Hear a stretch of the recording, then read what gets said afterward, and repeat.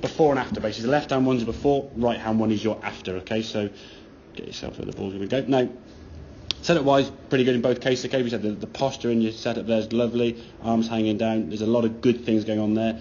You can't see grip pressure, but I felt grip pressure when I was moving your arms about in the swing, and it does feel quite tight. So if we can just loosen off that thumb pressure, especially, takes the pressure out your arms, your chest, and everything else. It doesn't get too rounded. Okay. If we watch your takeaway now in this swing here now, how much drop there is in that swing, how much your knees are going down, how much you're sort of restricted, how much that club can go back.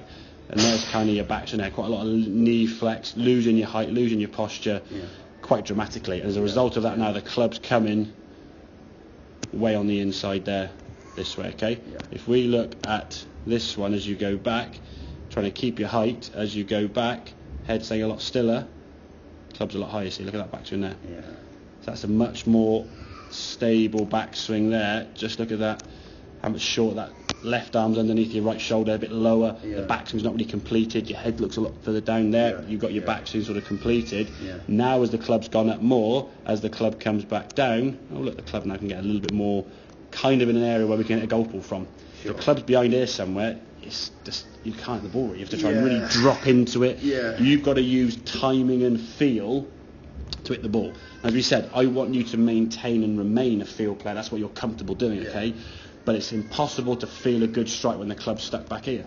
Okay, if we can get the club in a better position, you're still feeling where the strike is, but the club's coming into a position to the golf ball from somewhere where you've got a chance. So you've got to, that's just maintaining that feel element to your game of golf, but putting the club in a position from where feel is going to be a little bit easier to get. Okay, you stick it behind you here now, it's going to come so far from the inside. You'll either get blocky ones out this way, and if you're coming in this way and you're going from a low down position, you're then rising up, which can then lead the heel into the golf ball, and there's your heely, slappy, blocky, cutty one. And if you get the kind of strike with a 5 on, it sort of starts just right at target and drifts to the right this way with fade or spin on the right, left to right spin, a lot of guys go, I'm just coming over the top and slicing it. You're just coming from the inside massively with the face to the right there, so the ball kind of starts there and just keeps going further right. It's still an inside path, just the face left open with a Healy strike. Now with a Healy strike, you'll actually close the club face a little bit because it deflects the club.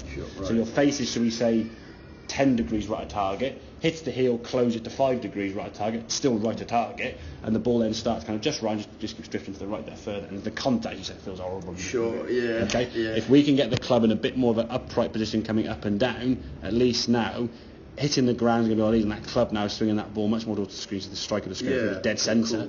That there, you look at your spine angle and pot, there's no real sort of variation in terms of your height at all, is there? If we look at this one here now, how you go down and up, down and up, down, and your back looks a lot just again, the ball's off to the right there as you hit the golf ball there, and that's with the 8-iron. I mean, I had more loft. Loft's going to help the ball come to the left more, so when you're using a 5-iron that way, it's even further right. Okay, so if we can get away from dropping and dipping, we can maintain your angle this way a lot easier. Should I still much more? Is there still room to be more upright, do you reckon? No, I think, to be fair, that that is in a position for me. That what we're looking for is left arm kind of across your shoulders, which you kind of got there, okay, and the hands above your right shoulder there, okay.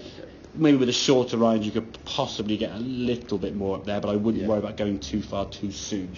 Too big a change in the early stage and I'd be like, oh God, I can't do that, because that still feels quite, that probably still feels you up there some, doesn't it? It does, it's and mad, that's the thing. And real and feel all the two different things. That's why I was saying we've got to make small little changes. They still feel this big, but they're about that much. Okay. If I tried to make you change this much, it would be kind of, it would just be impossible. And you go on the golf course and you miss the ball. It wouldn't work. Okay. So for me, that backswing position is in a good position. That club's work on an angle now up to the golf ball better. So when it comes back to the golf ball, you've got a chance for that club back in front to work on a much more direct line. And your angle into the golf ball now is going to be more conducive to middle strikes, downward strikes, and less hooky, slicey shots. So if you come way on the inside, it's big hook, block cut, or just a pushy, slappy thingy one. Which, when you got loft in your hand, maybe with a driver you can get away with that because the driver's teed up in the air and stuff. With longer irons, that angle of attack is just not going to. Really going to help. I thought myself off the 9 holes I played, I only pured 2 of the shots, 2 of the iron shots, and that's probably why. Exactly. Hitting hope in it with that swing. Well, exactly. And the thing is, again, if I ever got anyone say, okay, right from here now, which is where your club was coming from, hit the ball from there. You go that dip. If I said put the club here, well, okay, that's kind of easy. I'm still feeling the strike. I'm not getting tech. I'm just thinking, okay, the club's here, hit the ground, club in here. We're going to go here. And, Okay. So set up posture, so set up grip pressure is the key thing, okay? And then swing wise, we're trying to maintain your height as that club goes higher, okay? If the club goes higher and you maintain your posture, we're going to get in a position whereby we can actually swing the club in a much better way. You think your posture here when you're swinging, I mean, a lot of knee flex there, you just look really small, don't you? Big dip, really small, your head, I mean, you like, that's why your backswing's shorter as well, because by dipping down you can't turn as far. So your backswing gets shorter, your left arm gets lower, the knees get more squat, there's no real turn and rotation, it's just nowhere to go. It's kind of a dip down. Yeah, I mean, well, that's basically, if you get sort of same height there, there's a difference in those angles in your body. I mean, if you go there, you've got a sort of gentle curve. Here it's like... properly cut over the golf ball, isn't it? So, and again, the hands being low, nowhere to go from. You can't complete your back, so that's a 5-iron. With a 5-iron, you expect the club to be at least more up there, okay? Make sense? Yeah, that's bang on.